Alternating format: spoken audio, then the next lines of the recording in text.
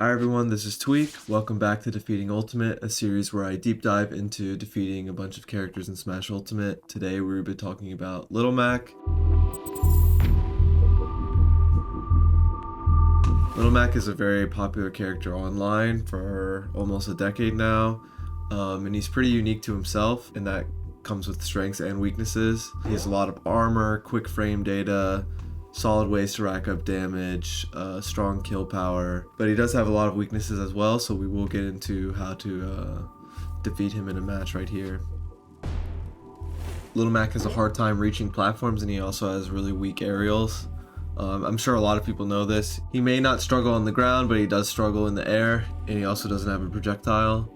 So I immediately set up on the platform, and I'm dancing off and on the platforms as well. When Little Mac has KO Punch, it is pretty easy to take it away from him. It doesn't take a lot to reset his meter.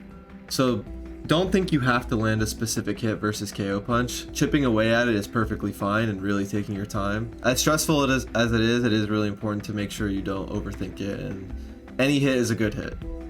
So I think it's important to make Little Mac work for this, right? Something I could have done is get up attack it, especially if they're doing consecutive moves, and use my get up attack invincibility to beat the get up attack. Rolling is also an option, but I would probably be less likely to lose my stock if I did get up attack or roll, maybe even jump. Neutral get up was a little bit lazy on my part. Any movement you can do to trick the Little Mac into thinking you're landing on the stage or landing near them.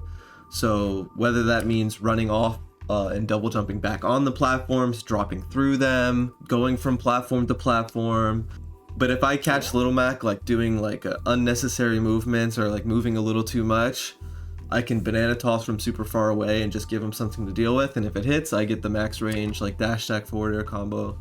Cool. So it's something to keep Little Mac in check, especially if you have a lot of range or a projectile. If Little Mac gets pushed below ledge height, this down air didn't necessarily KO, but instead of going for a bread and butter combo, I go for the down air, because if it sweet spots, Little Mac loses his stock, and if it sour spots, he just doesn't have enough vertical recovery to make it back. Little Mac's best mix-ups are when he's at ledge height, and he has mix-ups between whether he air dodges, side Bs, up Bs, snap to the ledge, whether that's two framing or edge guarding. Usually opting for positioning and pushing Little Mac off stage is far more important than damage. To wrap things up, the most important things are platform movement and trying to bait Little Mac into giving you an easy opening. You also don't want to land on top of Little Mac. He has a lot of access to quick frame data, super armor, kill setups, great ways to rack up damage. So you want to make him really work for his hits, whether that's landing far away from him, landing on platforms.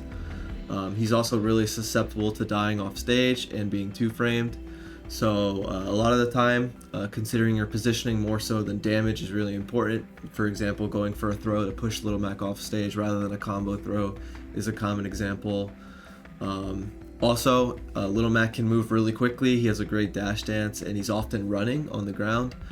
So if you have projectiles or long-range moves, those can do a really good job of stuffing Little Mac out of his movement and making him play a little slower.